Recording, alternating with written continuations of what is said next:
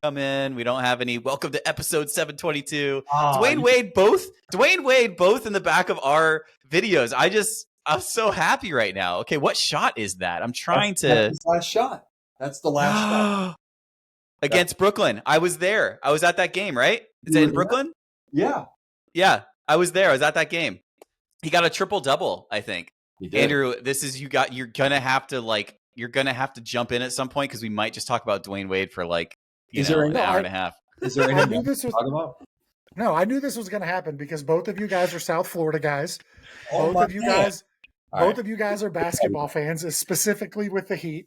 And But how could you know that we both would have Dwayne Wade under the background of our camera shots? What are the chances? I love it. Do like a spot appearance, man. We can make this happen. Oh my God! There we go. Now we're talking. Okay, Eric. I do have a way that I wanted to start our podcast today, though. So we're done. We're officially starting. The red dot is going. I'm curious. Andrew has such an unfair advantage on this, unless Eric. I don't know that much about you, unless Eric like comes out swinging with something I didn't know about. But I'm doing steak night for my girlfriend tonight, so I'm gonna cook. I would say I cook like one every 4 or 5 times. Otherwise, she mostly does cooking. So I'm going to step up and make some mashed potatoes. I'm just going to like make a nice dinner for her tonight. And we have a New York strip steak that I'm like thawing out. And I just legitimately want to know, you're just at home. You don't have like a ton of bougie ingredients. Like you just have whatever you have. Like what's your prep for steak? Selfishly, so that I can use it to be inspired. I like, man. I actually will I'll get some juice. I'll get like an OJ, some garlic, some shallots, onions, some cumin.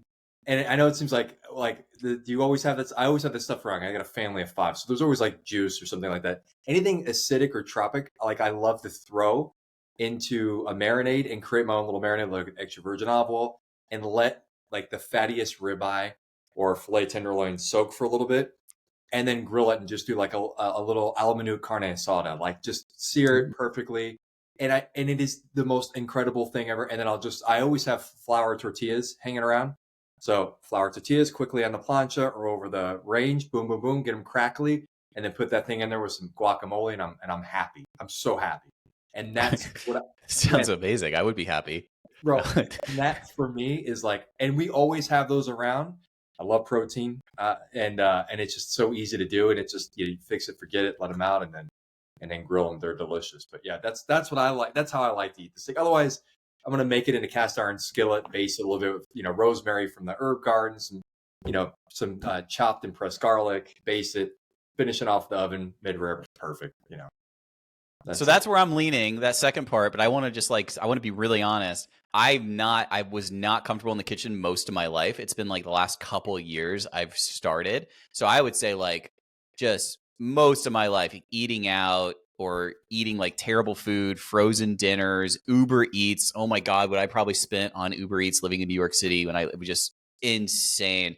And I was like, I think one of the ways that I know I'm becoming like a healthier person beyond just food is that also I'm making food. Like I think something like I'm actually going to the grocery store and I'm looking forward to it. And it's becoming routine. I was like, oh my God, I'm the person I always wanted to be. I say that though as a background of like, I literally am the person that was like, I have this steak here. I'm going to go to TikTok and try to look and figure out, okay, I should let it get to room temperature. Okay, check. Season it with what? How much? What? Okay, wait, replay the video. Wait, is there a way to slow the video down so it goes slower? Like that is just so, but I'm making gains. I'm like, I'm progressing. When I hear you give like what you would do, I was like, oh my God, that's amazing. This got the rosemary from his own garden. He's got the tacos. All right, well, kind of unfair advantage, I guess, but that was a really great answer.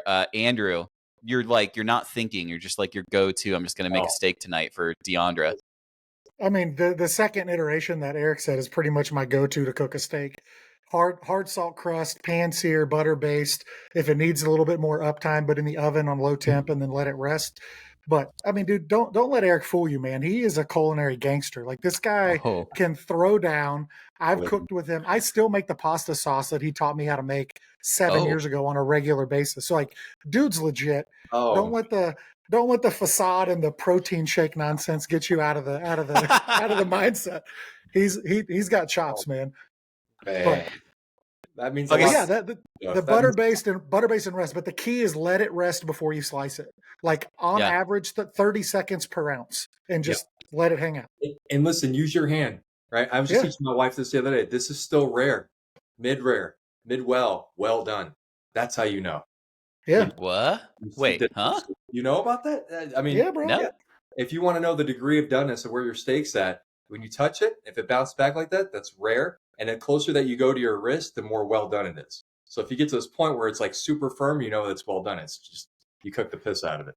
This is the best first 5.5 minutes of any of these that we've done so far. I'm so happy right now. Okay, so if we were actually at dinner, this is what I would say next, right? I'd say, hey, wait, I am a little concerned. I figured out how to sear a really beautiful sear on both sides, but when it's like this bigger, thicker steaks, I'm having trouble at cooking. That's when you're saying like, oh, throw it in, and you say low. But when you say low, help out like, an 200 insecure degrees, guy like me. 225 tops. Okay. Perfect. Yeah. And then just let it ride. And then just go in there and press it, just like he's saying. Like that trick is legit. Nobody in restaurants has the time to probe every steak and go, is it done? Is it done? It's all about feel and it's all about mental timing. Okay, and here's the second thing I would say is, can you guys at least tell me about this pasta sauce? Is there like this that he showed you how to make? Can I get a little bit more flavor of this interaction and also of the actual sauce itself? Are you talking about the amatriciana sauce? No. The pick pack sauce. Oh, the pica paca. Yeah, go ahead. Yeah. So like we used to do this thing on Saturdays at the restaurant where we would always invite one of the servers to come in and learn how to cook something. So like we would make family meal and I would be like, yo, sign up, write your name on the sheet, put whatever you want to do up there. If you don't know how to cook it, I'll teach you how to cook it. Well, Martino signs up one day and he's like, yo, bro, I'm going to come in and cook pasta for everybody. And I was like, tight, let's go. And he comes in and he makes the sauce, and it's just like 4 simple ingredients. It's olive oil. You slowly cook down a little bit of onion and garlic. Then you add in the hand crushed tomatoes, let it ride, finish it with basil. And when I tell you, it is so simple and so perfect. And it is, people overcomplicate shit, especially Italian food, right? It's like, oh, we're going to make this red sauce and we're going to add a bunch of dried herbs and red wine. And it's just like, you don't need that. You need good olive oil, good garlic, good tomato. End of discussion. If you want to throw basil in there, throw basil. You want to throw oregano, but you don't need it. And that's what I loved about it, was the restraint of the sauce, because whatever you put it with, it's just the vehicle to make everything else come together. That's right. And that's what I loved about it. And that's why it's still part of the things that I cook on I'd probably make that sauce once or twice a month.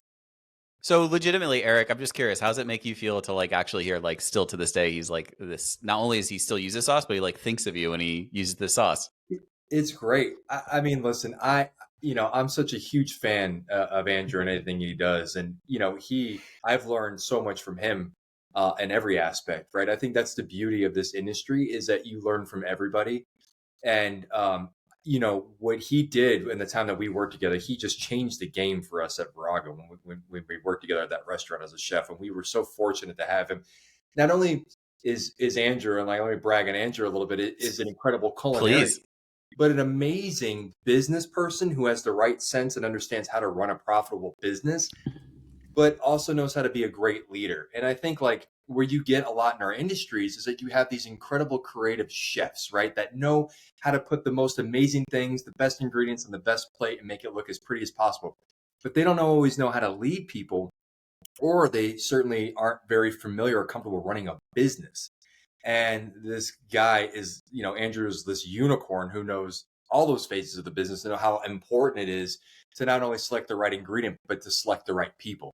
How do I train and develop the right people to put them in place in positions where they're going to be successful, so that the business is successful, so that way we can continue to be creative. And so I think just that well balanced, and I learned so much from him. I mean, I remember working with Andrew and we were like, hey, we're going to open up for brunch, at Virago, and like, who would open up this restaurant, this Asian Japanese fusion restaurant, for brunch on the patio? Well, we're going to do it. And it's because of Andrew. It was such a success and it was incredible. And these dishes that he came up with were just out of control. So I always look at Andrew as, in terms of talk, a chef is best in class, 100%. My guy, my co-host. Oh my God.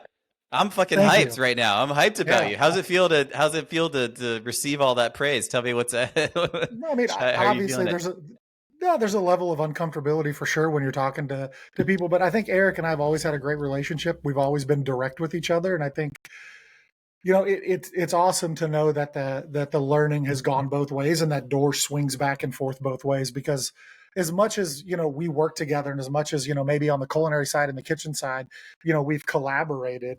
And that's really what it was. I mean, like, a lot of the dishes that I created were through the lens of what works and what doesn't work. And a lot of that lens, a lot of the clarity in that came from Eric. So knowing where I needed to be and what the boundaries were inside of the concepts that we were developing came from a very clear vision and a very clear understanding. A very clear understanding of what not only the guest wanted, but what the team was capable of doing at that time. And then it was a very clear starting point and a very clear end goal. And that's what really, I think, set me up to be as successful as I was there. So as much as I do appreciate that, there was a lot more behind the scenes that a lot of people helped with. So, but it's been fun, man. Getting to work with Eric as much as I have gotten to work with him, and having the ability to pick up my phone and call this guy. One of the things that I wanted to try to figure out how to loop in here, and it just kind of landed, is the two things that you have in common, both Charlie and Eric, is that having conversations with both of you is incredibly easy. It's incredibly telling from the standpoint of, we never really know where the conversation is going to end up, right? We always have this goal in mind of what we're going to talk about, how we're going to talk, what maybe the genesis is going to be. But there's always so much more, and it's always so easy to carry the conversation on. And I think with Charlie, when we met through my wife 10, 12 years ago in Southwest Florida. And from day one, I was like, I don't know what it is about Charlie, but we connect, we talk, and there's this like, You're welcome. There's this ease of conversation. And the same thing with Eric is like, there's always been this ease of conversation. It doesn't ever feel forced. It doesn't feel like there's this something to gain. It's like the product is the process. And that's the thing that I've loved the most about working with both of you guys in the space that I have. And I think that's a really big part of why I wanted to get you guys together is, obviously you're both Florida boys, you're both Heat fans, but you're both leadership coaches.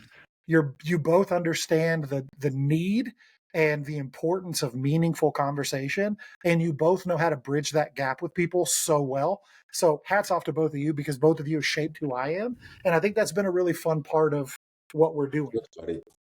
Yeah. Okay, wait. So can I ask a couple more questions about your guys' like chemistry when you were working together? Is that cool? Is that interesting to you guys? It's super interesting to me. And then Charlie, I would love to learn about you too. Like, yeah, we have I'll answer anything. That'd be great. Eric, you have Dwayne Wade behind you. You have the power. You could ask me about the deepest, darkest traumas of my life, and I'd probably just be like, "It's going to be okay." I have a couch here I can lay down, and I can start going on drama. All right, Eric. What's interesting to me is what it's if you have people that work together on like seemingly like a restaurant experience, right? But any type of business where you're going back and forth, and the way, Andrew, some of the language you used there was really interesting, right? Like very much like Eric was the person I was going to, or Eric had a huge thumbprint on some of these choices that we dictated or whatever. So there's a creative partnership, right, that's going on there, and you're both looking back on it glowingly. And that's rare. I mean, it happens, but it's rare. And so I think an opportunity where you're both doing different things now, but you're both looking back and reflecting, and you're reflecting with a positive. I think it kind of begs the question for me, and I think probably a lot of people that would be listening would be like, man, can we just hear a little bit more about that professional relationship or that chemistry and understanding like what made it feel like it works so well, and maybe even putting me a little bit into a scene of, you're actually showing up with some of your recipe ideas and you're hoping that Eric likes them or vice versa. I just want to chew on that a little bit, I guess. Great question. Yeah. Go ahead. Jeff, you want me to go or you want to go? No, take it on, man. That's all you. I think I have this slogan, and I'll just drop it in there. And as I've, ascended more in leadership, and I hate saying ascended because I always feel like, the further you climb in leadership, the further down you go because the more people you support, right? It's sort of my inverted pyramid. The CEO pyramid layer gets flipped upside down. Yeah, exactly. yeah. And you literally are serving. And I've always said, if you're not serving the guests directly, you need to serve those who are. And in the restaurant business, you have to be of service to everybody around you and your team and your key stakeholders. And your chef, that relationship between an operator and a chef is so significant, so important. The GM and head chef position has to be, right? In the role that I was playing this VP of Ops, multi-unit operations person, right? Coming from culinary, And coming from front of the house, I had the unique experience of knowing and understanding both and being in the trenches of both and just being in the restaurant business my whole entire life. I used to be a research and development food tech for Carrabba's way back in the day, and then I was a managing partner. And so when I got my childhood just like jumped out of my chest. No joke, because I grew up before he skips Carrabba's, over right? that. Yeah, but before he skips over that, Yeah. he's downplaying that quite a bit. Operator of the year 3 years in a row. Right? Hey. Youngest owner operator in Carrabba's, period. And the rigatoni Martino. You're meeting Mr. Martino right there. Hey, if you're a fan, tomato cream, baby. Yeah. I did also want to stop too, just because I really legitimately got excited. Like my parents moved to South Florida from Indiana. I grew up my entire life in Fort Myers. And for us, like going and eating out was like a rare, exciting kind of treat. And Carrabba's, I remember being like at the top, like as kids, that was like, oh, this is like the experience. And I only have like fond memories of that. How cool. Bro, I can't tell you how fortunate I'm like to come from that system. Like I think like, and I'll get back to us in a minute. Like when you think about like systems, and I'm heading towards a direction of talking about how relatable restaurants are to sports teams, because it's how, you know, the systems and the people you're around are how you end up becoming and creating your own systems and other people that follow you and develop. And I look at, you know, the Belichick's, the Nick Sabans, right? These guys these Urban Meyers, you know, depending on Pat Riley's, my man, right? Depending on, you know, where you come from and how you become a disciple of who you've been around and the system you came from. The restaurants are the same way. And in Carrabba's, you know, I was there 18 years, and I was fortunate to be around some of the most and best, brightest, incredible minds. And at the time, Carrabba's was just like blowing up, right? So I got to take a front seat on this huge growth.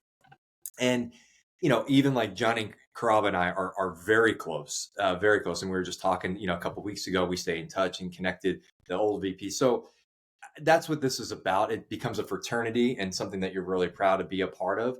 And, you know, for me coming out of that system, that's all I ever wanted to do for other people, because people did it for me. The busboy at Carrabba's at 14 because I had to, and I had no money and I had to pay for things, and I moved out with one of my coaches, and it was came from a very challenged neighborhood. So, you know, the people around me, as long as I put my hard work in, I showed up and work on time, they gave me responsibility, and I took that so seriously and never wanted to let them down. And then that just carried on through my career. 18 years later, you know, I was a corporate chef for them. I became a managing partner, had my name on the door, and then, you know, did a successful term. I couldn't wait to get into a position to where I could help do that for other people. And I mean that. And so when I got to work at M Street, I saw this opportunity to be able to do that. And then, you know, the time that we were going through this huge growth at Virago at M Street, you know, we were in this time of adversity where I actually became the head chef for several months and like acting GM. I had to get in there.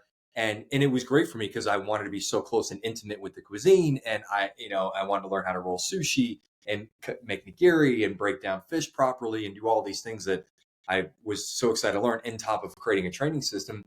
And then we were looking for the right person, the right chef to come in here and just take everything that we had put in place and just have this person come in and just lift the entire boat. And Andrew was that tide that came in here and came in there and really just lifted all of us up from a creative standpoint, making the systems better than we had put in place and just getting that place right-sized and course directed. So when we got in there, we had this clear understanding, and Andrew was very clear with me about the situation he was coming from, what he was looking for, what we could help provide for him, and creating a really good environment and scenario to where he was going to be ultimately successful, have a ton of autonomy doing it, and also like, you know the mission. And so it was all like my wife and I say it all the time. It's like being clear is kind. We were just very clear from the get-go, right, Andrew? Like, hey, this is the deal. And also, I'm sorry, I don't mean to interrupt. I'm just going to say that again. That is such a great, being clear is kind. It's kind. Yeah, that's great. Like, sorry, go ahead. That's just a great line. And it's not, there's just no bullshit with it. So, and then we started doing it. And like anything, you've got to earn the right to lead others, and you got to get in there and you got to show the chef who you brought in. It wasn't really him trying to impress me. It was me trying to impress him and say, hey, listen, like, I want to get him to believe in the system, believe in what we're doing, believe in what we're trying to do together. And it was just like, okay, hey, listen, here's what we want to roll out. Here's what we're thinking. Andrew, come up with X amount of meals. What do you want to be inspired by? What do you think? And then we're going to do a tasting on this date. Now, then we'll start working with milestones to get there. And then we would end up having a tasting, and whatever I could do to help support him. The CEO, everyone else is there. We've got menus printed, and he's just going to work and literally providing these unbelievable dishes, and the feedback is real time, and there's pivots, and then there's this understanding and this role play of almost like this dance of like, hey, this is kind of where we're at. And I think furthermore too is like, as you work together, the thing is like in the restaurant business, you gain credibility by just being present, being there. When you're in a role of leadership and you're out of the 4-unit restaurant economics of the situation, you need to make sure that you're just present there all the time. You got to spend time in your restaurants. You got to work expo with the guys. You got to get on the line. And for me, I'm such a restaurant rat that like I loved all the stuff that Andrew was teaching me about and bringing to my life. Look at this new ingredient I got. Check out this new purveyor I got coming here. And he would text me, hey, come down here and look at this. And I drop everything I have, right? And come right down and like just blown away by the products and everything else in it. So we talk about a lot about building emotional equity, but it was easy because not only like was I always super impressed and learning from Andrew, but I was also like just loved being around him. And then we would have fun. And top of that, you're having fun. So you're doing what you love, you get to be creative, you're getting results, but then also you're having fun doing it, because at the end of the day, listen, we're just making food and serving people. It's not rocket science. We don't have to make it so hard. So I think I said a lot there, but there's a lot to unpack in the time we work together. But those are the things that always come into mind of like the heyday, right? Because we were just knocking it out the park, man. We were like the heat of like, the years where they just, anyway. So it was always admirable at our time together. Okay, so 2 things. Yeah. One, Andrew, I just want to check my notes real quick. He said started as a busboy at 14, right? Yeah. Yo, what? What a crazy start to where you ended up. Okay, so just wanted to clarify that I heard you right. And then secondly, I don't mean to keep like digging at this. Yeah. It's more just like I think it's really, if you have the opportunity to see a healthy dynamic where 2 creative, ambitious people are fueling each other and getting excited to work together, I think it just deserves a second extra look. So I come back to it again in a different way, which is, we talk about power distance a lot, and co-founders and creative dynamics all the time, right? If somebody's technically your supervisor or very absolutely on the org chart, they absolutely are your supervisor, or you get into these gray areas when you're doing things. That's really fun places to explore how healthy dynamics come out of that, when a lot of times unhealthy dynamics come out of that. So can you guys just like, and Andrew, maybe I just haven't heard from you a little bit because we have to say, but I'd love to hear your side of like, what was the org chart, or what was the power distance, or the supervisor, non-supervisor element literally, and then maybe how did it feel relative to that when you guys were in this partnership together? Yeah, I mean, I directly reported to Martino. I mean, he hired me. I came in there. He was ops. I was running the kitchens. I was being the creative. We had a partner in the front of the house as well. That was our general manager. But we were a team. We were 1A, 1B, 1A, whatever you want to say, as chef GM. But we both funneled everything together up to Martino. But it never felt like that. It never felt like we were reaching up, or it always felt very collaborative, and it was never like I work for Martino. It's we get to work with Martino. And that's how we always looked at it. And that was a lot to do with what he did and what he built and the culture that was there when I came in. It was very much a collaboration, and it was very clear. Like I knew what my role was when I walked in the door. I knew what gaps needed to be filled, and I knew to what extent I had runway to do that. And that was the first time that I've ever had that. So like I took a hold of that as fast as I could, and I ran with it as far as I could. And there were definitely some pinch points. I mean, I still remember my tasting when I got hired. I do this like 6-course tasting. I've got all this food coming out, and I drop the menu. Everything's done. He's eating. He takes the last bite. It's him, the previous executive chef or kitchen manager who got promoted to GM, the previous sushi chef who got promoted to assistant general manager, and then Martino. And I'm sitting there and I get everything out, and he just goes, "No dessert." And I was just like, Give me 5 minutes, I'll go make something. So I ran back in the kitchen as fast as I could. I was like, why didn't I was beating myself up, like beating Oh, sweat. And then I came back out there and I was like, all right, cool, dude. I made donuts with the ponzu caramel. Like, enjoy. And it was just, Whoa. but it wasn't, it didn't feel like you didn't do enough. It felt like a challenge, but in the right way. Like, I know you can do more. I'm going to challenge you to do more. Like, I'm going to force you to give me your best. And that's how I felt working with Martino the entire time. It never felt like I was there to prove something to anybody. It felt like I was there to better myself, better the team, and create something that was worthwhile to talk about, that was worthwhile to experience. And I think that's what happened. I think that reflected in the guest experience. I think that reflected in our turnover rates. And I think that reflected in a lot of what we were able to do in creating the menu that we created there. And a lot of that came from the runway that I was given, but the very clear direction and the very thought out ideology of what that restaurant needed to be and how it could progress to get there. And can I just say, thank you guys for letting me be curious about this, because it's one of my deep yeah. curiosities. So I really want to also hear Eric, because I assume you just weren't always just knew exactly all the right ways to manage talent or creatives or have a great, like this. I'm sure there were some lessons along the way, and I'm sure you probably geek out about this stuff, especially if you're like helping other people. So I really kind of want to hear maybe just a few points of, maybe it's a mantra, maybe it's just a few things that come to your mind. You know, it doesn't have to be like the Eric Martino rule, but like some that just kind of come up when it comes to this idea of Andrew clearly has a feeling of safety, of trust, and excitement to go to work. And yes, is part of that probably because of the fact that he had autonomy and had things clearly dictated, sure. But beyond structure and like how the actual job is structured, it still really, really matters how the person communicates to you, how they treat you, and how they like build a relationship, right? And I'm kind of interested in what you learned and how that looked at. But before I ask you that, I just also want to stunt on both you guys a little bit. I watched a Great British Bake Off episode last night, and it was caramel week. And so when you say you made that caramel ponzu and came back real quick, I now watched a bunch of chefs suffer greatly at the hands of caramel. And I just want you to know, Andrew, I have that much more respect for you just to go back there and make some caramels, because dear God, I didn't realize caramel could be so tricky. Yeah, it's not the easiest thing in the world to make, that's for sure. And is it caramel or is it caramel? I never I've know. always said caramel, but I don't know.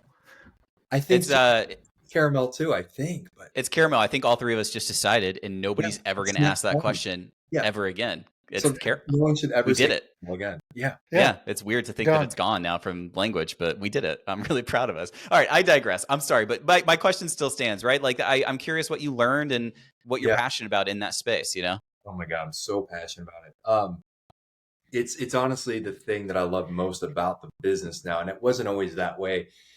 I will say that again, I had really great representation. I'm a old college sports guy and played sports my entire life, so love the it's the whole team effort thing. And I said before, if you're not serving guests directly, you need to serve those are, and that's where I stand. But it wasn't always like that, to your point. And I came up during rough times in kitchens, where it wasn't always roses, and you were getting chastised if something wasn't cut right or put together well. And when I became a managing partner, I had my own restaurant. I had several people quit and leave, and a lot of the times, and I could tell you a crazy story. But before I get into that, I'll tell you the story about, and I could even show you, it's upstairs. But I lost a lot of people, and I remember this one person. Before I get so started, we was checking out, and he told me he's putting his notice in, and I said, why?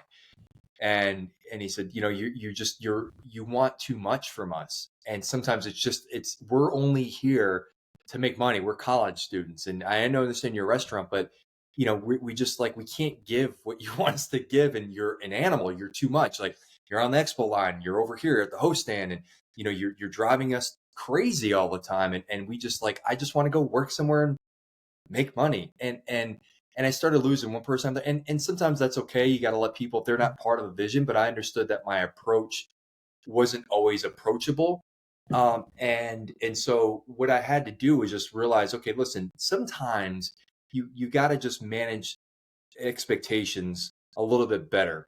And you got to manage people better by just understanding, listen, this person in this industry specifically, they're not always going to care as much as you do. And that's okay. Can they deliver a great experience? Do they show up to work on time? Do they look great? Are they going to follow the protocol? Are they going to follow the SOPs, et cetera? Okay, great. But maybe they're not going to always care as much as you, and you can't expect that because you're always going to be disappointed, I think is a big lesson I've always learned. And some people may agree with that. Some people may disagree with that. It's not that I would drop my standards. My standards are always high, but the way I manage people was a little bit different and individualized just because I knew maybe they're not all in it for the reasons that I'm in it. And I understood that. And I think that's okay. Right. I think that's okay.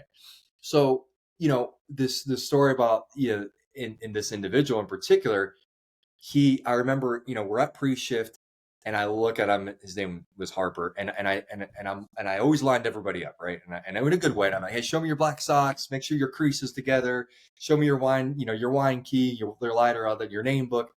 And his apron was just like a disaster. It's like he ironed it with a rock. You know what I mean? Like it was just like crinkled. And I said, hey, you got to go home. You got to iron it. He's like, oh, we got an iron in back. I said, I know, but you got tables right now. It's the purpose. It's the principle. I need you to go home. Like, we've had this conversation. Like, just get out of here. And he left. And I never saw him again. Ever again. And 3 days later, he comes and he returns his aprons and says, hey, sorry, listen, you were just a little too much for me.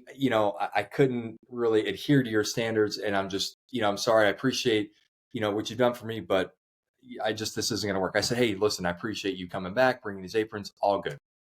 Flash forward like 3 years later. I'm no longer even there. I'm working at M Street and I'm taking my daughter to a place in Franklin for a birthday party. And we're driving back, and I don't even live in Franklin at the time. I lived in Bellevue and worked downtown. So I never even went down there. And there's a Smoothie King off of, I forgot which street. There's a Smoothie King somewhere in a grocery store, and it was raining. And I'm like, man, I just want to get a quick shake real quick. And so I go in there. My wife's like, okay, go. And I go in there, and this is 3 years later. I'm not even kidding you. I'll show you the letter. And I go in there, and Harper's there. It's the same kid. And he goes, hey, man, this is so weird you're here. I said, yeah, Harper, that's cool. Like, how you doing? Like, it's been a long time. He's like, oh, I just want you to know, like, I'm managing the store now. I said, yo, really, that's great, man. And he goes, hey, also, like, I wrote this letter to you. And he pulls it out of his wallet. And he goes, I've been holding on to it for 3 years. I wrote it the day that I turned in my aprons. And he goes, I've been wanting to give it to you, but I just haven't had the courage to call you and give it to you. So I wanted to hear what this is and just thank you for everything you taught me and the discipline I get choked up talking about. And I was like, are you kidding me? So I was like, hey, and I just put it in my pocket, like, don't think you grab my stuff. He was very nice and, had the shake and, get inside my car. And I open the letter and I'm just like, tears are coming down my eyes because he was just like, I made him a better man. He didn't really have a father figure. He appreciates the discipline and expectations. He didn't appreciate it at the time, but he appreciates it now. Now that he's running this restaurant, he's got a good career. He's done all these things that you are, that you don't know that people are taking on. You don't realize it until later on they have to use it. And so, obviously and those are the things that you go, okay, I'm doing the right things. And maybe it doesn't show up right then and there, but eventually over time, if you're consistent with your delivery, your message. And I always say these things. I say these 3 things you got to have all the time when you're developing, coaching people. You got to educate them, you got to inform them, and you got to inspire them. And anytime you communicate with your team, whether it's through email, you're talking to them, a one-on-one, if you can walk away knowing that you educated them, you informed them, and you inspire them, educate them, hey, they're teaching them something new that they didn't know, make them better. You're informing them of how to be clear, what's expected of them, and what is the mission at hand. And then how do you inspire them? How do you get them to just feel great about what they're doing? Make them feel proud about what they're going through and how they're going to get there. You have done everything you can possible to coach and develop these people to be successful. And over time, like, those things have just always happened. And so you adjust back to your question, like, how, have you changed? It's because of the people in my life that have, I guess, so quote unquote reported me in an org chart or whatever else, taking the time to listen and how I can be better. How can you bring up the blind spots to me so that way I can be more successful? And you got to be able to listen to your people, up, down, left, right, and above, wherever else. You got to be willing to listen and be humble enough to recognize that you can't do this thing alone. And sometimes the lessons you learn are the people that lead you. Wow. Yeah. What an answer. That was amazing. I have like a follow-up I want to ask, but I'm just like in my head now about asking so many questions. So Andrew, if you had something you wanted to say about any of that, I thought that was great. No, I mean that's exactly what Martino did though. I mean, I'm sure if you pressed him, if we hooked him up and said we want to know more, like there's probably 30, 40, 50 more of those. I mean, when we were at M Street together, I remember the impact of, because I came into Virago, which had 4 or 5 people who followed you there. Yeah. I mean, from Carrabba's that were there, that were working there. So when I walk in and I immediately get the thumbs up from Eric, and then I already have 4 or 5 guys on my team that I've never met, I've never talked to, I've never done anything with, I've had no leadership with. Eric gives me the thumbs up and they're immediately bought into what I'm doing. And that to me was the first sign of like, okay, I'm at the right place. I'm following the right person and I'm going to be successful in this role. And it happened very, very quickly for me there. But a lot of that comes back to creating a safe space to feel vulnerable, to bring up, issues. And that's one of the things that I loved about Eric is like anytime we had a conversation, it was never just like, hey, cool, man, great, thanks for showing up today. Bye, have a good day. There was always something at the end that's like, this is what we can improve upon. There was always constructive feedback. And building the culture of that is very difficult because us chefs are very finicky. We're very prideful, and we do not like to be told that what we did wasn't good, wasn't in season, wasn't applicable. We're very touchy, very, very touchy. And you have to learn to let that shit go, right? Like ego is a really hard thing in the kitchen to let go of. And you can't do it on your own. I don't give a shit what any chef says. If you're not supported from the top and you're not supported from the people that are working with you day in and day out, it's very difficult to let go of your ego, especially if you don't have somebody giving you constructive feedback. And that's what I'd say that I took away from being in that team for as long as I was working with Eric was that how do I keep that piece moving forward once Eric left? How do I carry on that? This is a culture of we're constantly going to work to be better. We're constantly going to seek feedback, and we're always going to put the guest first. End. And that was the big thing that I took away from being with him. And I still talk to him. I mean, I called him about a business plan for a pizzeria a couple months ago, and just like the willingness to give information and to say, hey, what can I do to be of service to you so you can get whatever this is off the ground? And on the flip side of that, Charlie, that's the same thing that you've done with this platform, which is to give you a little backstory, Eric. Charlie and I talked about doing this for probably 8 or 9 months before we actually ever got to do it.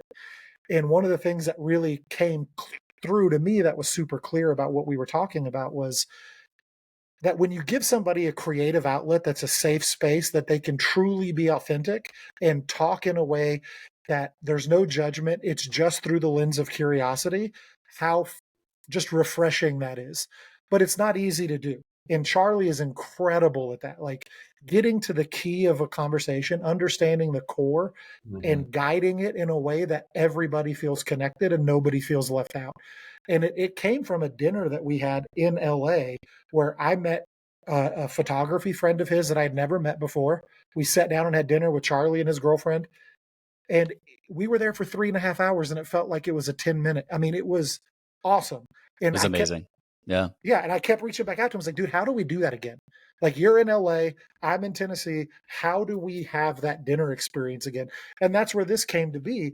And a lot of that is because Charlie's ability to get to the core of what we're trying to find out and to create a very open, very safe space, so I'm super grateful to both of you because both of you have done that at different parts of my life. And it's just wild that there's so many things that connect us that we all don't know. Like y'all are both Florida boys, you're both Miami Heat fans, and every single one of us on this podcast right now has rolled sushi inside of Virago.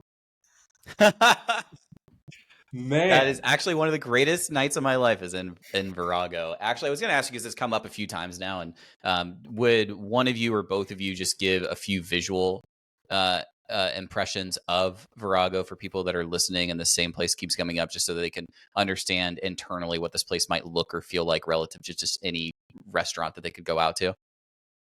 Go ahead, man. First and foremost, this place was massive. Square footage, I may be wrong, but I think total space, including citizen and patio, was like 18K square feet. Yeah. Wow. Biggest kitchen I've ever worked in. The dining room was, it was very like it transported you when you walked in. The lighting was insane. The architecture was crazy.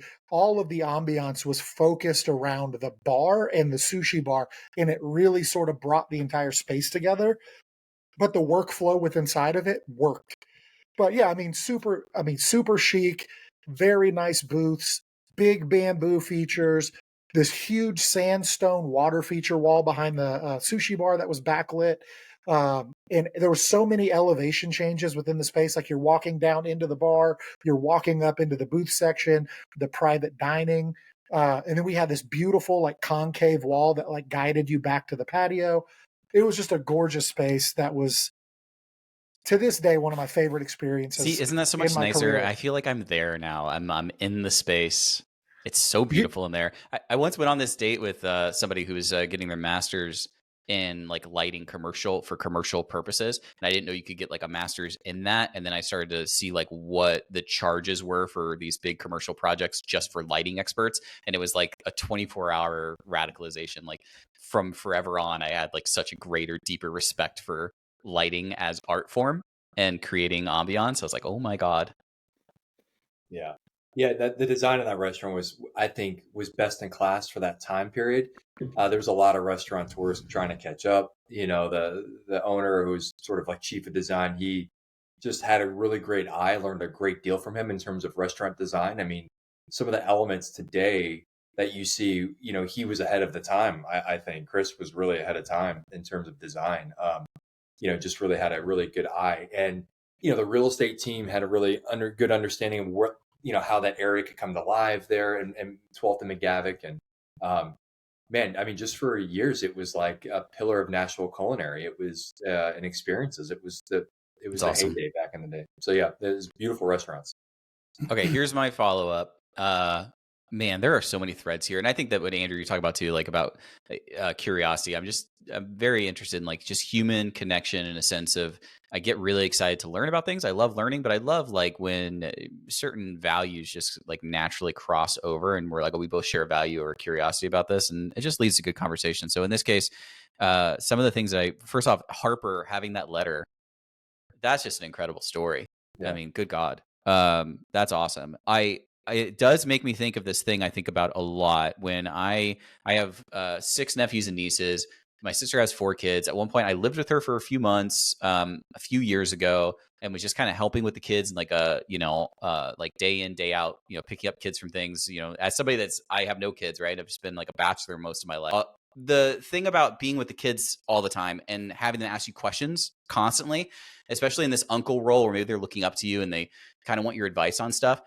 This thing that I thought of, I was like, okay, and I relate this back to Harper, and you give your best shot, you do what you can to your standards, but you also have to like just like let go and accept whatever can be heard or not heard, without being too punishing to yourself or too punishing to the other person. And I think like the balance therein is like the heart of really great teaching, you know, whether that's coaching or leadership training, I don't know, but there's something about this idea of, I can't control where you are at. And that always brings me, and this is why I'm interested in what you think about this, Eric.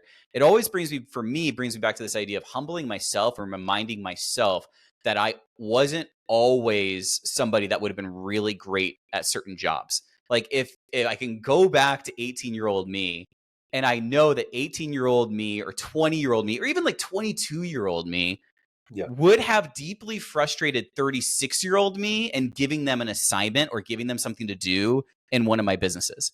And I'll try to remind myself that, and I'll find a lot of humility and a lot of connection in that of like, I tend to have a short memory and just assume that all of these lessons I learned, all of these areas that I grew in, all these things that I perfected, now maybe I just always was like that. And then the quick thing that can happen is judgment, right? On somebody that isn't quite there yet, or is just young, or hasn't had the same opportunities as you, and that there's no real love, you know, or curiosity or connection, and the judgment of like, Harper, you're just probably not somebody meant for hospitality. Mm-hmm. Right? Or I'm going to dress you down in front of everybody, or whatever it is. Instead, it was like, we have a standard. thank you for coming in. I wish you the best. It's having a line and believing in it, but without that extra step of judging somebody, or vice versa on the other side. God, the problems that you can fall into when you coddle too much, or you don't hold that line and you want all of your staff to like you. But I'm curious about your thought process on that. Do you ever find yourself struggling with that same idea of having to remind yourself, wait a minute, do I have like too strong a line of what I expect? And I have to remind myself that a younger version of me also took time to develop some of these things. Cause that's why when I hear that Harper story, it's such a beautiful one, because it just maybe wasn't the time. And that moment ended up like being like a seed that like grew into something really beautiful, you know, over time. Yeah, no, for sure. I think there is a season for everybody to have, a certain flavor, right? And I think, it's like, in my early 20s, I wouldn't appreciate good bourbon or whiskey, right? Just to make an example, right? Or certain, food or a certain style of something. But over time, you grow accustomed to it because it just fits right within your season. And I think that's true with, the same thing in leadership as well, in development of people. I wasn't the easiest person to always work with, or to lead. I'm a natural challenger, and I'm always going to challenge. Like, why? Tell me why. Tell me why. What's it? And then you start to really think about those things. But yeah, I think there's a certain time and place for coaching, and a lot of the times in the moment, you don't really appreciate what this person's trying to do for you or tell you. But then down the road, you're like, oh my God, that's what that person was trying to tell me. Right. I mean, I'm a father of three incredible children, one who's 17, one who's 13, the other one's 7. And the 7-year-old, there's a lot of similarities between her and I. And I try to like, and I, my mom, who I couldn't, was just, we're always like button heads. I understand why now, because at that same age, why my 17-year-old and I will butt heads is there's a certain reason why that was happening. And so you try to remember, to your point, like, okay, like this is exactly how I used to respond, or this is exactly how I acted. And my reaction sometimes was, my mom's reaction in that thing. So it puts you back in perspective, and that humility comes like, okay, listen, this is just a season, and how do you go about it certain different ways?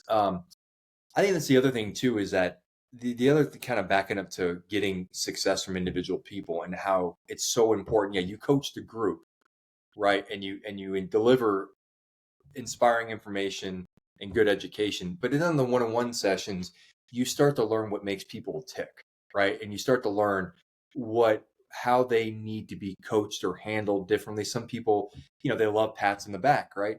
Some people don't want any recognition at all. And you can only understand this if you're really in tune to the people that are around you, right? And you get them to get bought in because you take the time after a shift, right?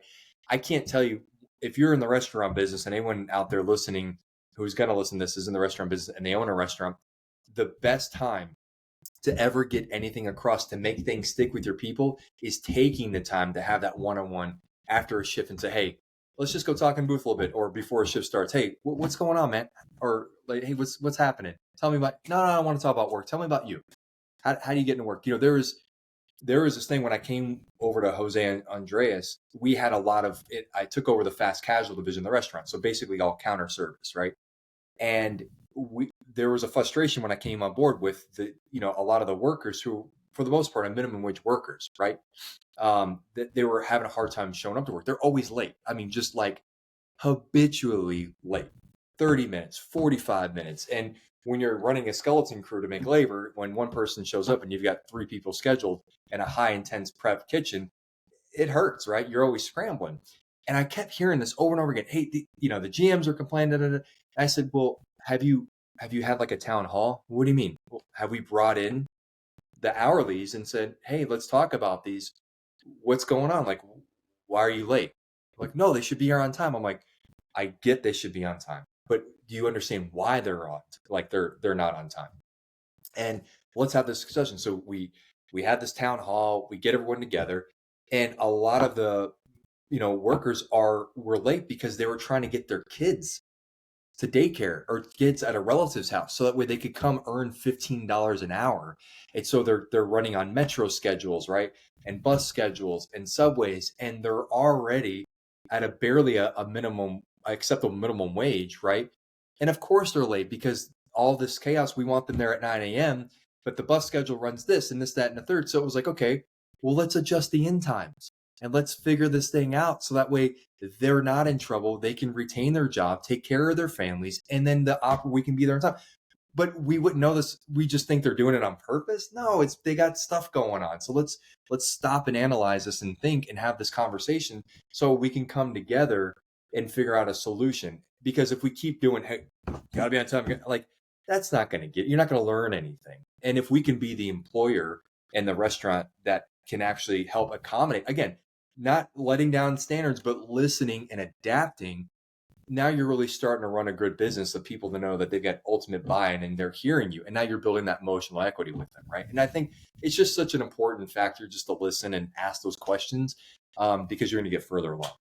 Even that one moment, Andrew, and I don't know if you saw this when you were working with Eric, but even that one moment where you could tell that somebody's saying, all right, before the shift or after the shift, let's just get like a quick little one-on-one time from somebody that might make way more than you or have way higher level responsibilities or whatever your perspectives are. But they're saying like, actually, no, I think this is a core part of what we're trying to achieve here.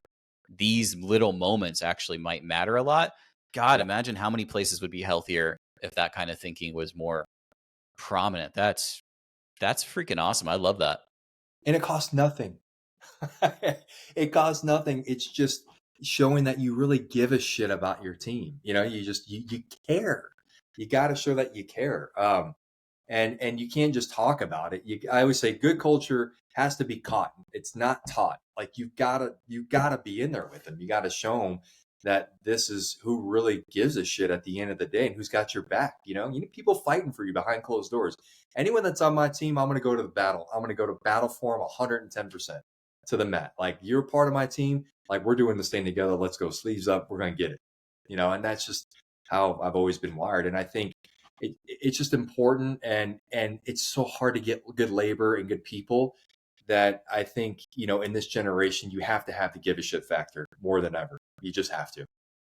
Andrew, do you feel like you saw some of this stuff play out like post you and Eric's like working relationship as far as like how you might have dealt with talent or even nowadays and what you're doing? Like, can you kind of like reflect and see like, oh, maybe some of these are the thumbprints on now how I think about, my relationships, work or, coaching or teaching when you're in a position over somebody? Yeah, I mean, 100%. I mean, the largest thumbprint that if you were to take a look at my career, where I'm at, what I'm doing now, the largest thumbprint and influence on that is by far Martino. And I think one of the better things that I learned from him outside of culture, outside of actually caring is, meeting people on their level and understanding that the people that work with you day in and day out are at different points in their lives. You can't talk to everybody the same way. You can't have the same expectations for every individual. You have to tailor your approach to every single individual. And I don't think I thought that way prior to coming onto M Street. I thought very much like the old brigade style chef, which was, this is my kitchen, you do it my way, or you're gone. End of discussion. We're not having a conversation about it. It's you adhere to my standards, you meet me at my level, and there's no flexibility in that. And that's the kitchens that I came up in. I mean, working in fine dining in Atlanta in the early 2000s and seeing, the chef walk in with his toque on, his pressed whites, his pressed apron, his shoes were polished, his fingernails were trimmed. Everything about his appearance was perfect, perfectly clean shaven, all of it. And then you fast forward that and you try to apply that same mentality today. And there's very few restaurants that can get away with doing that. And a lot of that has to do with, I think, where the culture's going and where we're heading as a society.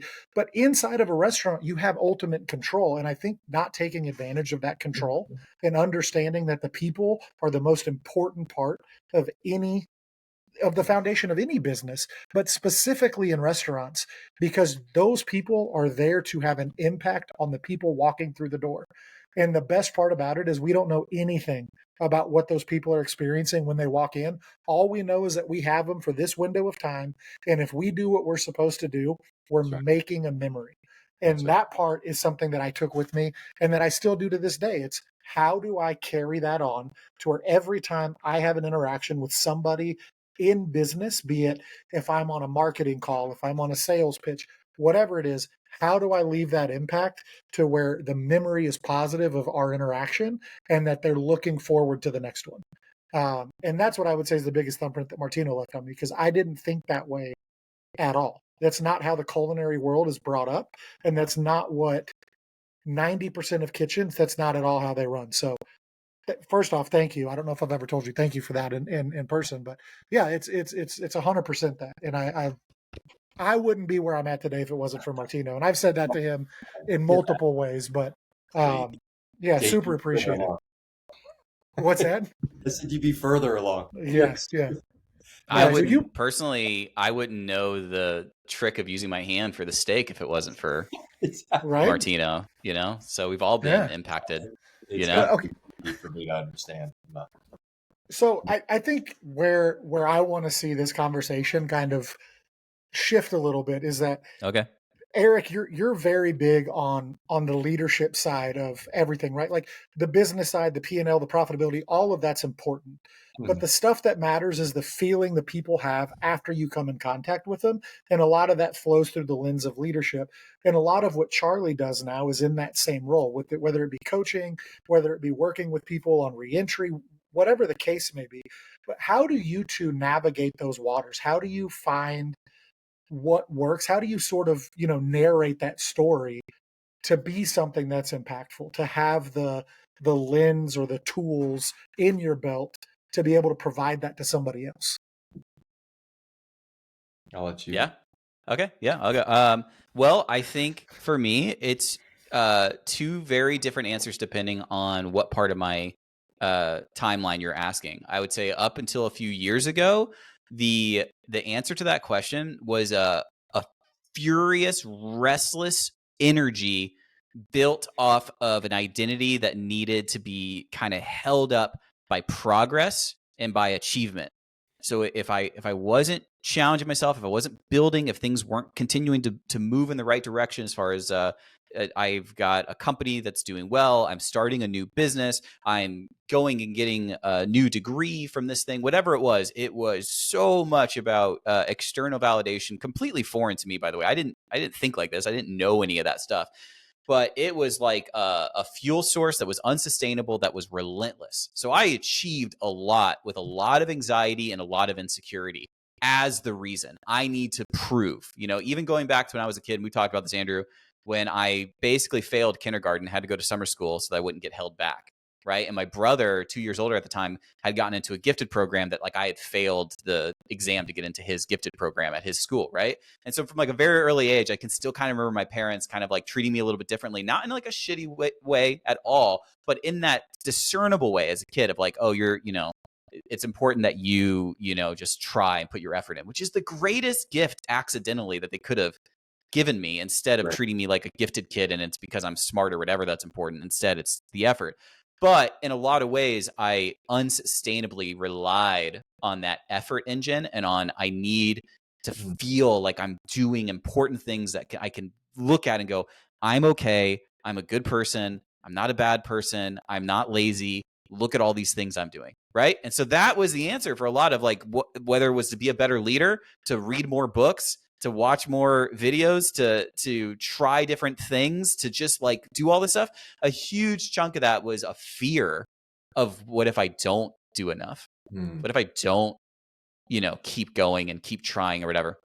And so the second now, what I would answer now is that the reason I would be a better leader or be curious or want to build better things and to progress is really out of cheesy, full accepting of the cheesiness in a way that I like being cheesy, out of love, kindness, curiosity.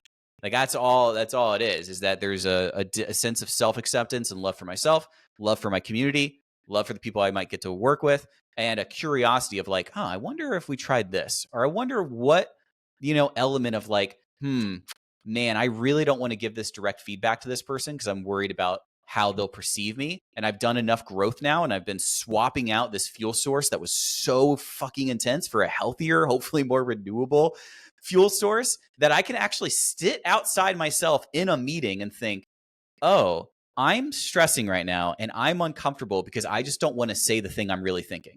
What I'm really thinking, if I felt like I wasn't afraid, I would just say to this person, I think that our profitability either needs to be higher and we need to like really focus on this, or we need to go aggressive and just grow the hell out of this thing. And this is what I really think. And I don't want to say it because I'm afraid of how I'll be perceived, or I'm afraid some part of me feels like something bad's going to happen if I say my piece. So it's kind of a long answer, but it's true. Like the startups I started, all the success that you would see on paper, the majority of it came from a very unhealthy, anxious external validation source. And now the things I hope to build and the things I hope to do, I realized that just because all that stuff helped grow it, that wasn't the important part. Like I always had the same tools to create a cool culture, to have a good eye for stuff, to think about how to make something really exciting or to motivate people, inspire people. I always had that. And you can, oh my God, dare I say, have an even greater ceiling with a healthier engine source or fuel. So that's been a lot of my last 3 to 4 years, is figuring out how to swap that out. It takes a lot of untying, a lot of self-acceptance, a lot of ability, like Eric said this earlier, an actual curiosity about your blind spots. And not only that, you know, because you mentioned this, Eric, you said that, you know, courting a blind spot from somebody. That's so easy to say, and I know you'll agree with this. It's another to, you have to create the dynamic to make it safe enough that somebody would hear you say that and then actually give you critical feedback that is a blind spot. Because it's one to have power in an org chart or have somebody over somebody and say, no, like, tell me anything. I want to, you know, I want to hear whatever. And it's another to actually find ways where you can say, oh, no, I really can. And I would say the last thing I would say about that is, for me, case studies and examples are really important to me when it comes to culture or like a business leadership. Like I can't just tell a new hire, hey, if you work really hard and you do all these things, you know, in the insurance business, for example, then you could be your own agent. You can make 6 figures. You could have the American dream if you come up through our system, right? We have like a system kind of you're talking about, Eric. And so I'm like, you could do all these things. I can't just say that. It's a great recruiting tool. What's a better one that's real is to say, here are all the people that we've done this with. Here are the people that we've figured out all these right ways to better improve communication or give people autonomy or give people chances to try. And I can actually point to them. So I probably come back to that. That's a more specific, instead of like the big psychological answer, I wanted to give you an actual like real life one, which is, are there things that you say day to day in your business, right, that you are your ideals that you aspire to, but you don't, if you looked around, you don't actually have any case studies to point to where you've done it.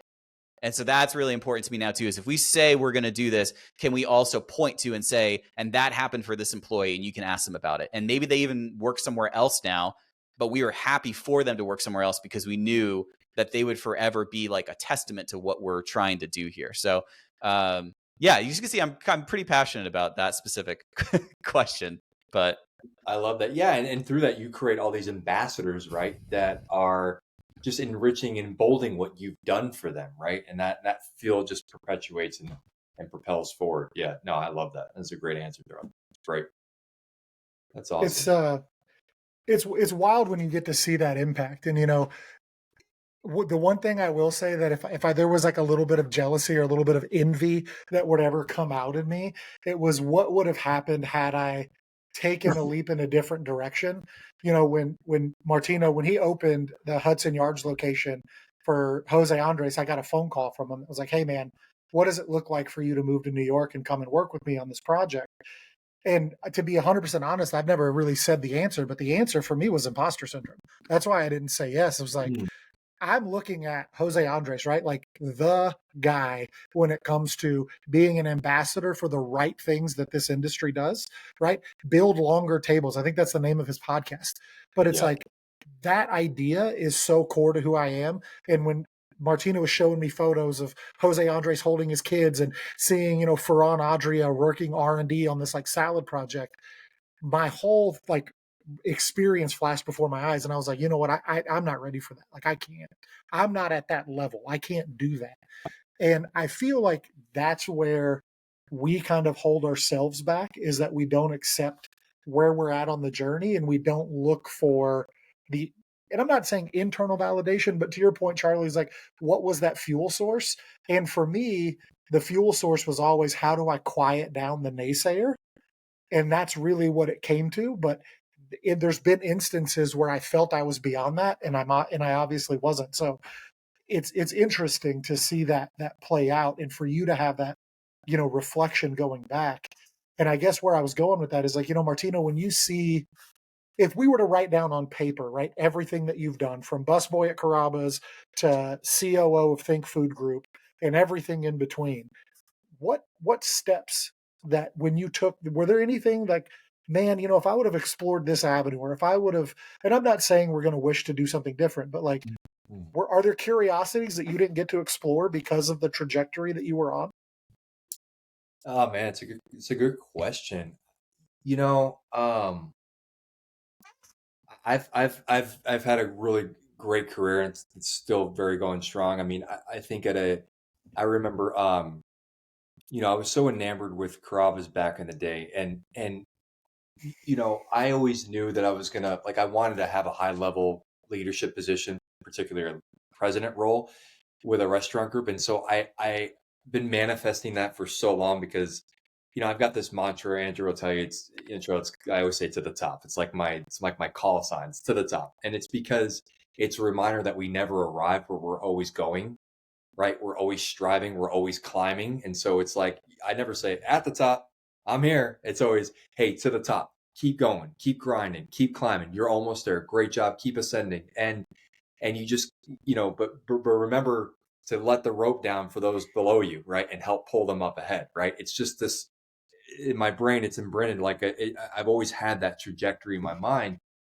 And, I don't know. I think probably I would love to, done a little bit more culinarily. I think creatively would have been something more, I think really fulfilling. I had such an overwhelming passion for food, I still do. But once I started to realize my gift and probably impact and better suit was for the people and the business, I started to become more passionate about that particular thing and watching people grow. And I used to tell Andrew and chefs and everyone else all the time, it's like, I'll never be able to show you how to make a better dish, but I can help you be a better person, better business person, help grow individuals, and that's my value add. It's trying to figure out the value add. And, you know, I, I never wanted to necessarily be in this business. As a basketball player, I want to be in the NBA, whether a coach or a ref or an official or an executive. I didn't know how to get there. I love the game of basketball so much; it's ingrained in me. I played in college at JUCO, but I'm 5'10" and I'm Italian, and not too many of us in the NBA, right? So my days are limited. um, but I go to this table, Charlie, and listen, I have, at this time at 18, I'm in the business because I have to be in the business. It's good money. I'm enjoying it. I'm good at it. I like being, a host and a server at a party. I like all that stuff. But I go to this table and there's this little kid. He's 6 years old, and there's these two women. It's his mom and his aunt. And, I go up to the table. I do my normal shtick and spiel. And he's signing to his mom. He was hearing impaired that he wants a hamburger. We didn't have hamburgers at Carrabba's. And so, but I knew we had ground beef and fresh pork. And, I said, well, we could maybe make him something. And his mom is like, no, it's fine. Just get him a cheese pizza. He'll be fine. And she's signing back to him. And he was just, his look, his body language just like was so sad. And I'm like, man, like something in my heart was like, we should be able to do something for this kid. And so she's like, no, don't worry about it. So I said, okay, fine, whatever. And I'm like, go up to the managing partner, who's the owner. 7:30, it's Friday night, it's busy, and at Carrabba's, the expo lines in the middle of the dining room. There's tickets coming out of the printers. Plates are piled up like it's 5 o'clock traffic on the interstate. People, runners please. I go up to the managing partner, who's the owner, who was a mentor of mine, Scott Hernley, great guy. And I said, hey, Scott, table 73, there's a kid, his name is Daryl, he's hearing impaired, he wants a hamburger. Can we go make him one? And he's like, are you kidding me? Look at this kid. There's no way. We don't have time for this shit. Like, no way. Just get him something else. Get him something off the menu that's on the menu. I said, Scott, come on. Like, this kid, he's been cheated out of life. Like, come on, man. Like, he's brought out here by his aunt and his mom. He doesn't want to be here in the first place. And let's do something nice for him. And he says, absolutely not. I'm not doing it. We can't. And I said, okay. I took off my apron. I said, you know what? I'm going to go to McDonald's. There's a McDonald's across the street. And I'm going to run and I'm going to get this kid a hamburger and cheeseburger. And I said, you can fire me if you want, or I can quit. That's okay. But I'm going to get this kid a hamburger and cheeseburger because he deserves it. And he goes, you really want to do this now? I said, absolutely. And you can fire me. No harm foul. It's fine. But, I'm going to make this kid a memory. And he's, go do it. So I ran across the street, got a hamburger and cheeseburger, brought it over to the expo line. I put it on I remember still like his issues, porcelain plate, the orange and yellow crinkly paper, unveiled it. You got the expo light shining onto it. And, we ran it out to the kid. And when I brought it to him, he had no idea. But the look on his face, Charlie, was like the best and most magical thing I've ever seen in my life. Just the smile from ear to ear. And his mom was crying and his aunt was like, I can't believe, why would you do this? And I said, why wouldn't you do it? You're in my life for 45 minutes to an hour. Let me make it the best hour of your week. And she's like, this is incredible. And, obviously we created a really good relationship from that. And they continued to come back. And that was great. But I remember going home that day going, my heart and head was aligned. That alignment when you're just like, this is what I should be doing the rest of my life. And if I could do this in a 3-table section, man, I could make a difference. But what if I ran a restaurant one day, had 300 people in at the same time, from staff to guests to cooks and everybody, and I made them feel special. I made them feel like they're the only person in the world that exists and I could serve them as such. Man, I could really make a difference. But what if I ran a restaurant company that had that culture? And that's where my mind went. I was like, holy shit, I could really make a difference in this world. And I think along the way, to answer your question, Andrew, is like, I don't know if there's a specific thing. Maybe, I'd like to maybe finish school, right? That would have been cool. I think I've earned my MBA through my life, just experiences. And that would have been great, or had the time to do it. But I took this hospitality bug and I took the feeling I was able to give other people and I just ran with it. And I was just like, what's next? What's next? What's next? And I felt like I just got better and I got more enamored and fell more in love with the business of hospitality and service. And I never looked back. And I really owe where I'm at today to that particular table and that kid named Daryl and that experience, because had I not had that happen or had the opportunity to make him feel the way he did, I don't know where I'd be today. I swear to God, I give everything back to that moment at 18 years old. And I never look back. And it's been a great career so far. Yeah. Wow. Yeah. So that's, I don't know if that answers your question, but I just, it's just a meaningful one. And I look back often because it was sort of like, oh, this is where you should be. This is what you should be doing. And yeah, man, like anything that's come my way, I've been really humble about it and I take it very seriously. And I don't want to let anyone down. It sucks, right? I've been let down. You've been let down. People don't follow up. They don't follow through. And I choose to be the antithesis of that. And I just don't want to let people down. So, maybe you work some extra hours, maybe you give up some things, but to gain something, you got to give up a lot. So that's it. That was great. Yeah. But are you sure that you and I can't like put together some bid to buy out Mickey Arison and run the Heat organization? I mean, bro, I'm ready. I'm moving to Fort Lauderdale. Hey, shit. In a couple of weeks. So yeah. So right now you're in Alexandria, right outside of DC, right? Yeah. Well, Fairfax. Yep. Okay, Fairfax. So you're uprooting from there, going to Fort Lauderdale. Is that personal, or like what are you doing? Why Fort Lauderdale?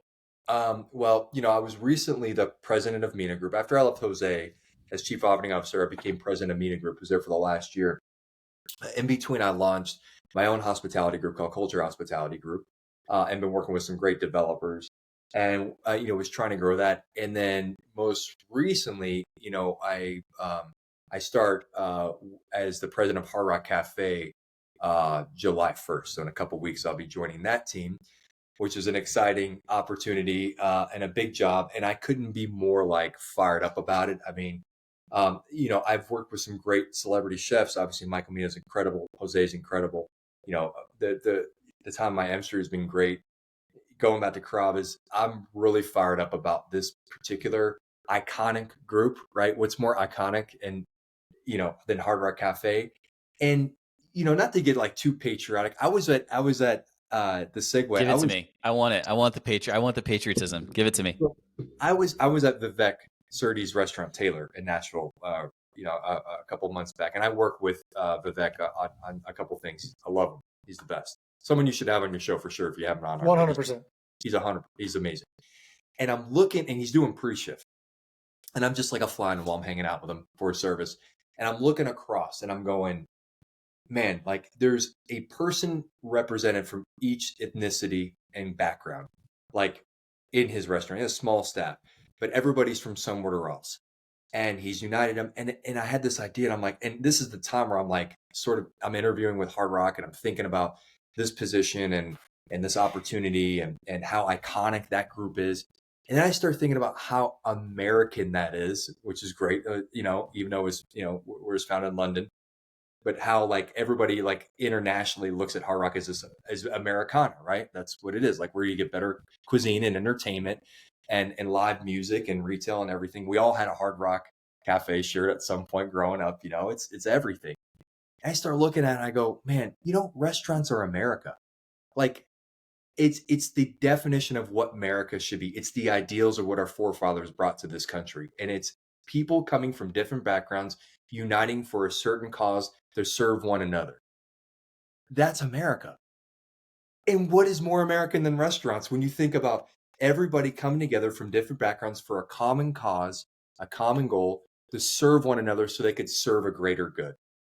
And that's restaurants. And that's what like the ideas of America. And I'm like, what's more Americana and patriotic than that? And then and Hard Rock and like the culture and everything that's been there. And I couldn't be more excited to and humble and grateful to take on this next role of my career and chapter and be on that team. So I start that in July, but that's why I'm moving to Fort Lauderdale. They're based out of there. And with that, Dolphins games, Heat games, Panthers. Hey, let's go. Sorry, Smashville, but the Panthers are going to win the cup this year.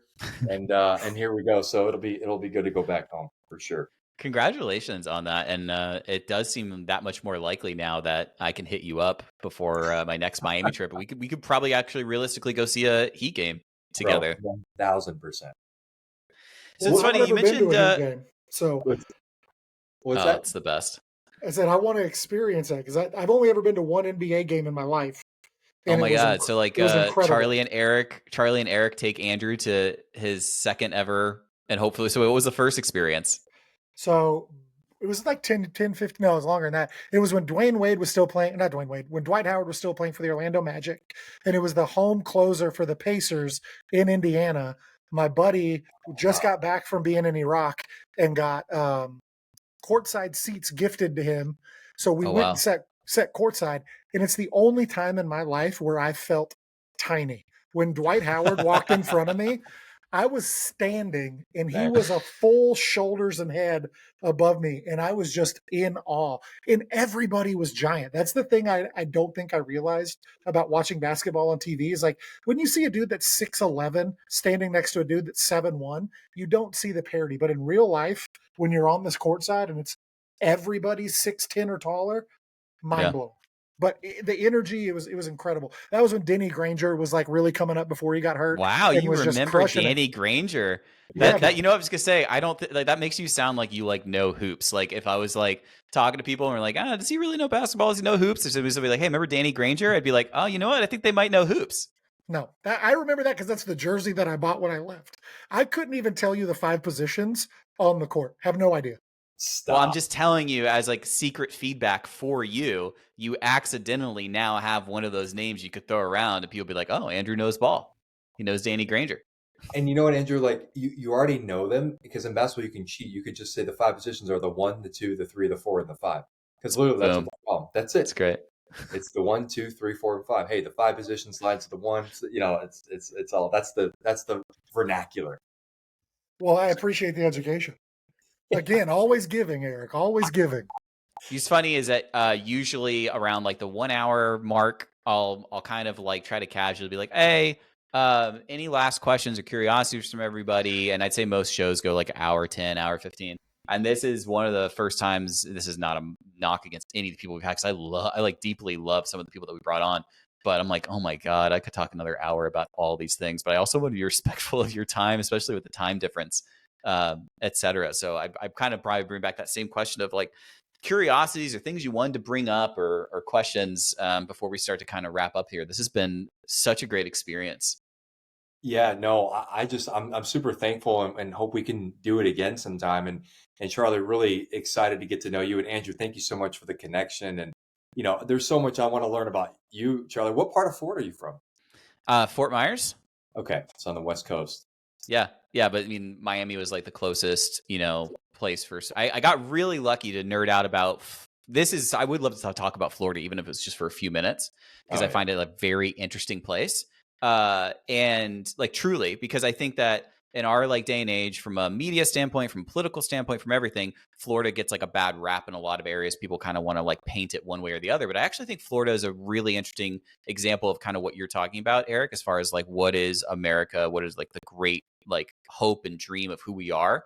And there's a lot of people from a lot of different places all coming into one state and trying to like make meaning and survive and work and build together in its own kind of unique melting pot in a way that most people kind of only think of like Los Angeles or New York. And I think that Florida is actually a supremely interesting place, depending on what part of the state you're picking apart and looking at. So anyway, that's kind of like just a shout out to, I think sometimes Florida gets a bad rep, especially because we publicize we publicize the arrest reports that other states just don't do.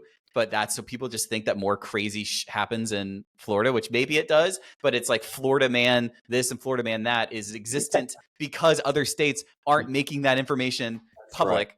Right. Okay, it's like my inner Florida kid is like coming out to try to defend a place that also like I'm, I don't live in anymore. But what the hell was I even gonna say with that? I think I was just gonna say it's crazy we haven't talked about Florida at all. But that would be my last curiosity for me. And I'd love to hear last thing from you guys. But from a sense of how long have you been in Florida? I know you're not there now, but like, what's your... Oh, I've been out of it for 24 years. So, 44, I left when I was 20. So I've spent more time out of it than I have in it, but I'm always in Florida, right? I always visit, still family there, and work obviously brings me there multiple times a year. But I to the same reason you said and you nailed, like that's what I love Florida. It's just it's a great state. There's a lot of great things happening with it in terms of just fun things to do. There's always something going on, and I've been all over the world, and no city gets me more excited than Miami. Like I just love landing there. The smells, the food, the people, the climate. I mean, the energy, you just feel the energy. Like I'm ready to go. There's nothing like, I love Miami nights. I love Miami-Dade. I love everything Miami. So excited to be close to it. But yeah, just proud to be. Where did you grow up? West Palm Beach. Okay. All right. Yeah. So this is the nice, Andrew, you get to hear two people say nice things about Florida segment. This is we're both I love that. saying, yeah. Because listen, my experience with Miami, I don't remember. I was there for 3 days.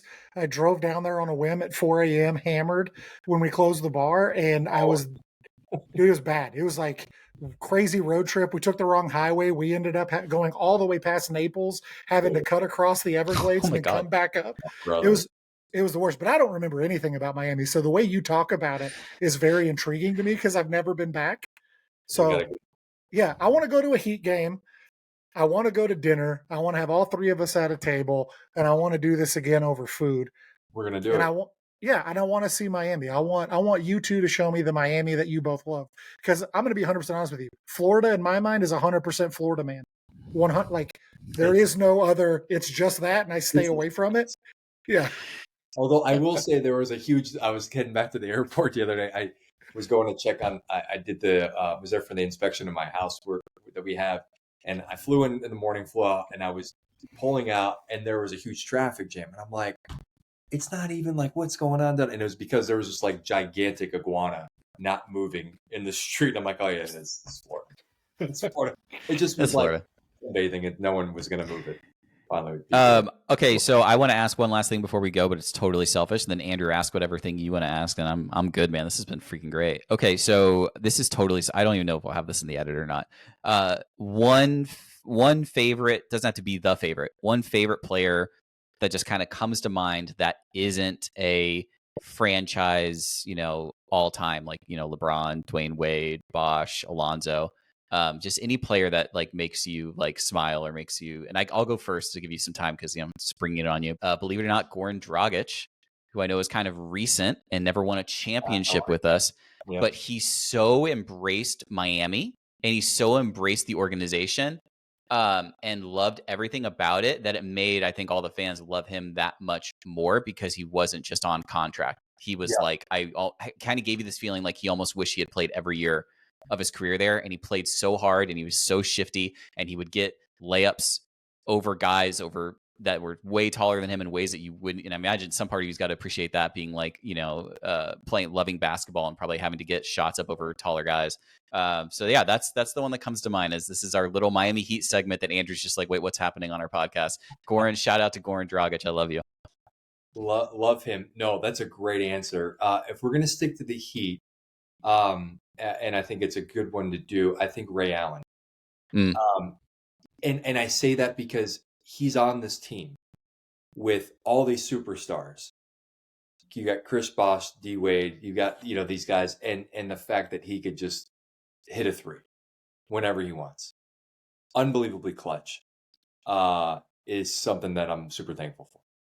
And for a memory, I don't know if you know this or not, Andrew. Do you know like the Ray Allen shot? Like, does that mean anything to you if I say that? No, because my brain, as soon as you said Ray Allen, all I thought about were the Celtics, and I don't think I'm thinking about the same person. You are, yeah. The Celtics. Anything is possible. He was a very famous Kevin Garnett. That's what I'm thinking of. He was really famous for playing with Kevin Garnett, and the Celtics tried to trade him, and they looked at opportunities to trade him during the season, and then he found out, and he was not happy about that, and he decided to come to Miami, and he hit one of the, if not the most famous shot in professional basketball playoff history, which was the Miami was down for the count. They were about to lose the championship to San Antonio Spurs in Miami. I think it was in Miami. It might have been in San Antonio, but they were bringing out the trophy, and they were taking this rope and putting it across the court, right, to rope off the fans while the game was still happening. So you're seeing this team of all these people that work at the arena doing all this prep to celebrate the game's result before the result actually happening, which I'm sure was just protocol and probably happens all the time. But in retrospect is crazy because what happens is Ray Allen makes this incredible last second shot to tie the game, goes into overtime. They win the next game, they win the championship. But that one moment, if you're talking about like a player to pick as far as giving you a warm feeling, that one shot, I don't know if I've ever been as exhilarated watching sports, and God, do I love sports. I don't know if I've ever felt such exhilaration jumping up and down. And did I just see what I just saw from anything in sports? So it's just a goddamn great answer, Eric. I love, and just like to be always cool and collected. He never wavers. He always in control. Okay with hitting the big shot. Yeah, I mean, I remember that tip that LeBron tipped it to him. Right, it came off the cup, and he LeBron takes the long three. Yep. It comes to Bosh, and Bosh is able to. And this was always the big controversy: is that Tim Duncan wasn't in for that. Tim Duncan wasn't in for that defensive position. Yeah. So Bosh takes advantage, gets it, and throws it to him. And to your point, and this is what they said, Ray Allen was so like anal about like his practicing that he practiced this back up to a three. Don't look down at your feet. Just shoot without stepping out of bounds. And you've got, for these guys with how big their feet are, you've got like such a small margin of error for not stepping out of bounds. Yeah. And if you I'm going to send the play to Andrew and make him watch it like 5 times. He just has it like a robot, just grabs the ball, takes a step back, shoots it in perfect form, not rushed, not hurried. Yeah, I'm feeling good right now. This is good. It's good to relive that moment as a fellow Heat fan. Buckets. Yeah, it was great. Andrew, do you have anything else you wanted to talk about? No, man. I mean, everything here I'm super thrilled with. The only thing I want to do is toss it up to Eric and just say, is there anything you want to say, talk about, or any last thoughts before we close out? Me, no, man. This has been really great, and I'm excited to know Charlie more on a personal level. I think, I hope that we flourish a friendship from here on out, and do some cool stuff together down the road. I think there's a lot of there's a lot of similarities, and just excited to do life with you guys for a little bit. It's fun. A lot of fun. What's fun? It's really fun to be like, I'm so down and I agree, and to like really mean it. And I don't mean to say that I've been a disingenuous person for my entire life, but sometimes they're just like pleasantries. You just get into the rhythm of like kind of saying the automated response. Yeah, oh my God, let's do it. Especially living in LA. Let's get coffee sometime. And you just never get coffee. But I'm like, oh no, I am 1,000% getting your number and texting you. And we're gonna see each other in South Florida at least, or if you come out to LA. I'm so glad that Andrew connected us. This was awesome. Thank you guys both so much. Same, brother. I appreciate you guys both so much. And it was good. It was definitely the best hour and a half of my life in a long time. So thanks. Let's go. Let's go. All right. Thanks. One thing I did see, I don't know if you saw it, if you're a big Jimmy Butler fan, obviously, how can you not be? But he did say that number 22 looks good in purple and gold. Since you're in LA. Andrew, just let it happen. It's just going to turn to a sports show. It's just a sports talk show. And we're like, hey, we're about to go, but 90 seconds. Andrew, should Jimmy Butler join the Lakers? Yes or no? How will it affect his dynasty? Andrew, you're on the clock. Absolutely not.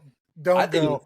Riley legacy, but anyway. No. This is awesome. All I'm going to say is if we do get into sports, my only ask is that we dive into F1 because that's the only sport that I nerd out on. So I'll let you guys talk in basketball, but I'm going to bring in F1 and we're going to hammer down on that. I'll study. All right, we'll work on it. I'll send some notes. All right. Thank you guys so much. This is awesome. Later, brother. Appreciate it. See you guys.